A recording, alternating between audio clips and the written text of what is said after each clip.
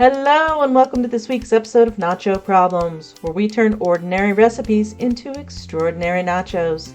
I'm Nacho Queen, but you can call me M. You guys all seem to really enjoy the mac and cheese nachos, and I think it's because of all the variety you can get.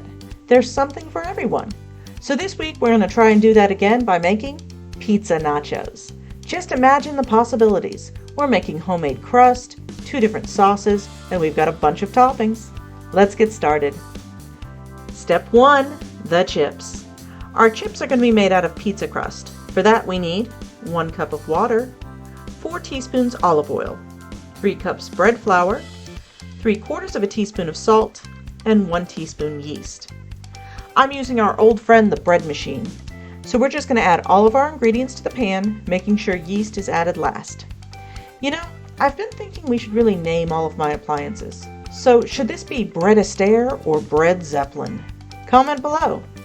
I know my mixers should really be Stevie Mix and Sir Mix-a-Lot. Let me know if you have any more suggestions.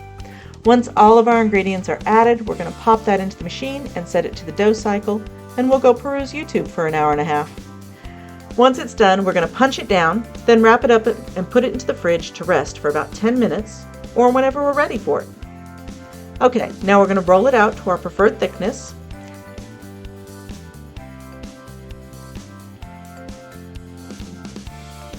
I had the idea to cut them out with a cookie cutter. I found these on Amazon and I kind of forgot to check the dimensions before ordering them, and they're about 1/4 of the size I expected. So these are going to be some small chips. We'll top these with a little olive oil and some mozzarella. Bake them for about 15 minutes at 375 while I try and hand cut some larger ones. We're mostly deep dish people, but if you're like cameraman and go for thin and crispy, just roll out your dough even thinner, prick it all over with a fork, and then you're going to want to bake it right away at 425 for about 10 minutes. Okay, these look better. Step 2, the cheeses. We're going to be making 2 different sauces for our nachos this week. You guys are in for a treat. Cameraman is back in front of the camera to show you how to make a nice marinara sauce. Now he typically makes this up as he goes along, but I got him nailed down to a rough idea of a recipe. But be sure to taste and adjust your own as you go. For this you'll need about 2 tablespoons olive oil, or whatever a good drizzle is, 1/2 cup of chopped onion, 1.5 tablespoons garlic. I think he added more when I wasn't looking. 1 teaspoon of salt, 1 teaspoon of basil, 1 teaspoon of oregano, 1 can of diced tomatoes, 1 can of tomato sauce, 1 tablespoon of sugar, and some red wine. This is optional. I mean, he says it's not, but I promise it really is. Start by adding your oil to a large pan over medium heat and saute your onions for about 10 minutes, being careful not to let them get too brown. Then add in your garlic and continue to saute for a minute or 2.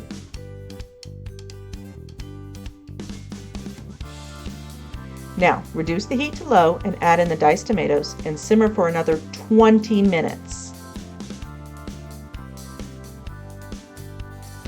Next, add in the salt and continue to cook for 5 more minutes before adding in the red wine. I'm going to guess this was about 1/2 cup.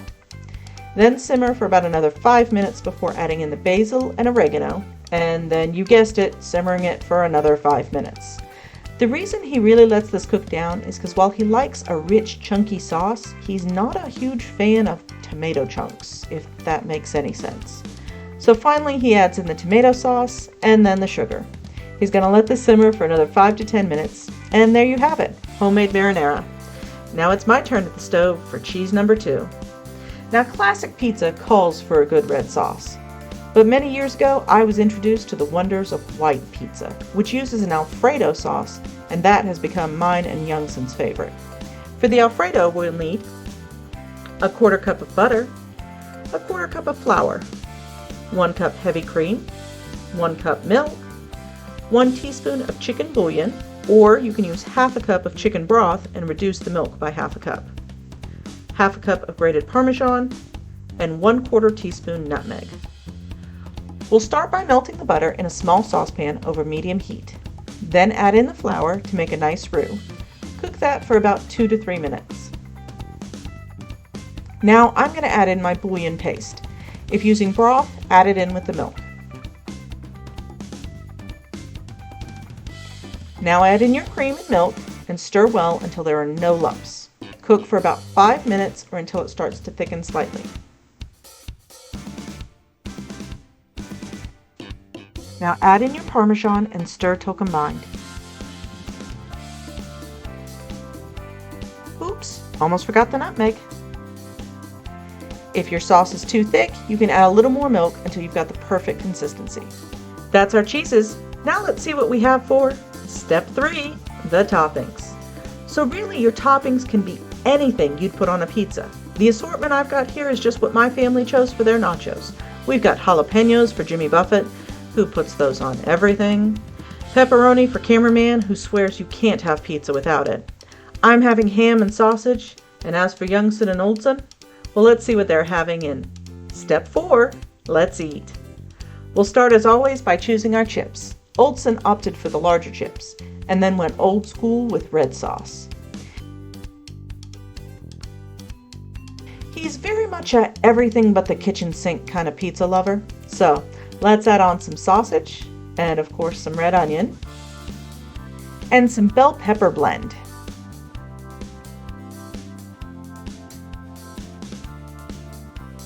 He claimed it needed a little more meat, so how about some pepperoni? And we'll finally top with some mozzarella. Next up we have Youngson, who prefers something less busy and more refined. He wanted mini chips with Alfredo sauce. Top that with grilled chicken,